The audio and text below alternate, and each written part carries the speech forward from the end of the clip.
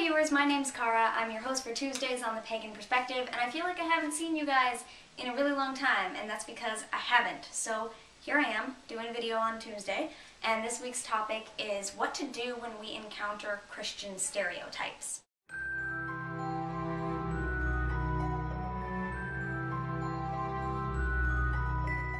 This week's topic was suggested by a user named, and they asked, what do we do when we come across Christian stereotypes? Things like the ideas of devil worship, curses, and things like that. First of all, I'd like to say let's get rid of the word Christian in this question. Let's just talk about stereotypes, because just Christian stereotypes, you know, it's kind of like, one, picking on Christians when they're not the only ones that have stereotypes against pagans. A lot of people have stereotypes about a lot of different groups. So let's just say, what do we do when we come across negative stereotypes against pagans? You know, because there can be stereotypes that are positive things that also aren't fair judgments. What do we do when we come across those? What do we say to people who approach us with a very stereotypical view of what we are? The first thing that I think we need to do when we encounter those stereotypes is to keep calm and remember, you know, that person has a negative stereotype against you. So if you're going to jump into that with, you know, yelling at them or arguing with them and saying like, you're stupid, you haven't done your research, blah, blah, blah, that's putting a negative stereotype back on us by being that way. So I think the first thing you have to do is to be patient and just understand that that person is handing you a stereotype. You need to understand that that person has this view because they've bought into the stereotype that might not be actually what it is. And true, it may be because they haven't tried to do their own research. But you have to understand it's because that's what they were taught. That's largely what they have been exposed to, is those negative stereotypes. And so they might not think, I'm going to check this out, check my sources, see if that's true. No, they're probably just going to accept it and say, this is what I was taught, this is what must be true. Now, if you run into a very open-minded person and you say to them, well, actually, that's a pretty negative stereotype of us, and really, this is what I believe, or really, this is what that means, and it's kind of been skewed over time, but I can see how you would think that, then maybe that person will say, you know what? I never have looked it up for myself. Thank you for explaining that to me. Or on the other hand, they might think you're full of crap and just trying to buy yourself out of a situation, and they might still believe that negative stereotype. But the thing you need to do is just understand that they believe that for a reason.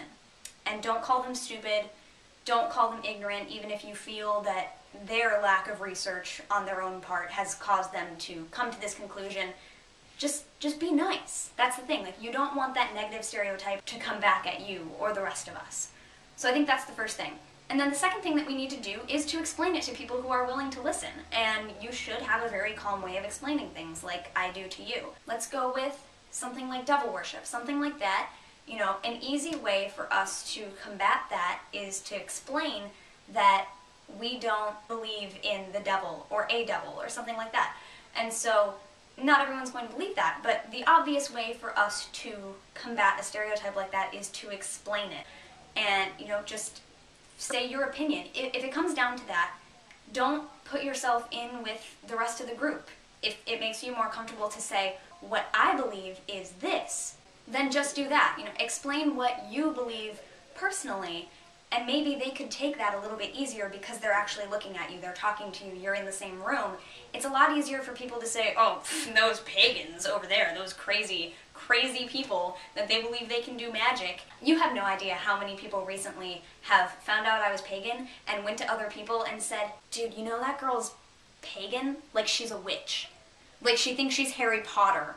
Like, she thinks she can wave a wand and make shit happen. And so some of these people are saying this to my friends who actually know what my path is, and my friends are saying back to them like, no, it's not like that, you misunderstood. She doesn't mean witch like Harry Potter, she means blah blah blah. And then they explain it, and that person's like, oh, I thought she was crazy. It's a lot easier for people to say, oh man, those crazy people way over there, than it is for them to argue with you face to face. And even if they are arguing with you face to face, just be calm about it. Keep it on the down low. Keep it into a calm, regular, intelligent conversation.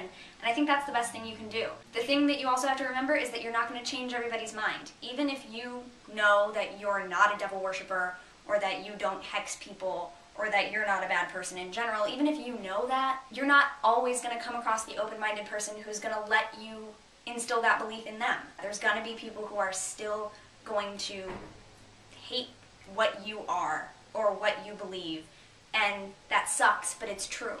And so when that happens, you have to just agree to disagree and still be nice about it. And don't hate that person for their stereotypes. Just understand it's what they were taught. Someday, hopefully, they'll learn to be open about other people's beliefs too. So I don't know if this is exactly what you were looking for in an answer, but to recap, when you are faced with stereotypes about your religion, I would say keep calm, keep it to an intelligent, creative, constructive conversation. That was a lot of C's in that. 2, understand that they have that stereotype for a reason. 3, explain to them if they're willing to hear it. And 4, if they're not willing to hear it, let it be okay. You can't change everybody's mind. Before I go, I would just like to address one more thing. Someone in the last video I did for this channel, like 3 weeks ago now, asked me where I got this, and I get this question a lot, where did I get this tapestry? And first of all, I would like to say, that should not be the only thing you're commenting on. I would like you to listen to what I'm saying, comment on that too, and then maybe you can throw that in there as a side note. But like, when I just get a comment that's like, oh wow, that thing in the background behind you is really cool, I feel like you didn't listen to me, even though you may have. I apologize to that person, but still, just remember that. So anyway, the answer, I got this from my mom. She used to own a bunch of gift shops, and so we kind of like were passed down these items that were in the gift shop when the previous owner owned it, and things like that. So I think this came from Gypsy Rose. But yeah, that's the answer to that question. If anyone else ever asks, point them here. That's where it's from. Alright, I will see you guys next week. Thank you very much for watching, and blessed be. Did someone knock on my door? Did someone just knock on my door? Because I was recording, that's what. Hold on a minute. Okay. Oh, one more thing. My mom's Etsy shop, speaking of my mom having stores, my mom's Etsy shop has been doing really well lately, and a lot of people have been buying things. And so currently the chakra bracelets that we make, there are none listed on there because they just all sold out. So I'm going to list 5 more. My mom's going to make more. I've got more earrings and stuff going to be posted up there.